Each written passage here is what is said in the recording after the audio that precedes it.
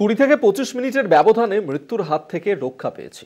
দিল্লি থেকে এক অডিও বার্তায় হত্যার ষড়যন্ত্র ফাঁস করলেন বাংলাদেশের প্রাক্তন প্রধানমন্ত্রী শেখ হাসিনা।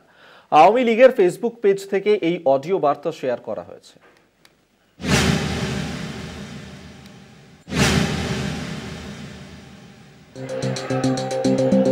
বাংলাদেশে গণ অভ্যুত্থানের কারণে বাধ্য হয়ে প্রধানমন্ত্রীর পদ থেকে পদত্যাগ করেন মুজিব কন্যা। নাটকীয়ভাবে দেশ ছাড়েন শেখ হাসিনা। তারপর থেকে তিনি দিল্লিতেই রয়েছেন।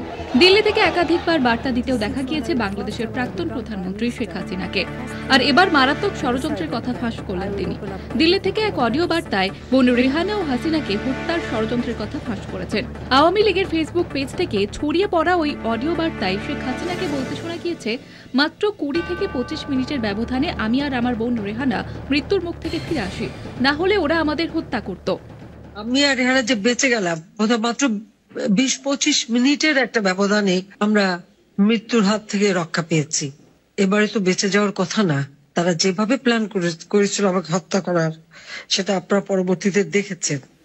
তবুও এটা বোধহয় আল্লাহরই একটা রহমত। জানি না আল্লাহ আমাকে দিয়ে আরো কিছু কাজ করাতে চান বলেই বোধহয় আমি এখনো বেঁচে আছি। যদিও আমার কষ্ট হচ্ছে, আমি আমার দেশ ছাড়া, ঘর ছাড়া সবকিছু জ্বালিয়ে পড়ে দিয়েছি। নিজের হারহিম করা অভিজ্ঞতার কথা বলতে গিয়ে কেঁদে ফেলেন শেখ হাসিনা। 2024 জুলাই মাসে সরকারি চাকরিতে কোটা বাতিলের দাবিতে উত্তাল হয় বাংলাদেশ। ছাত্র আন্দোলনের জেরে কমপক্ষে 600 জনের মৃত্যু হয়। এই আন্দোলনকে সামনে রেখেই হাসিনাকে গদিচ্যুত করার নীল নকশা করা হয়েছিল বলে সূত্রের খবর। অনেক রিপোর্টেই দাবি করা হয়েছে, পাকপন্থী জামাতের পাশাপাশি চীন ও আমেরিকার উস্কানি ছিল ছাত্র আন্দোলনের পিছনে।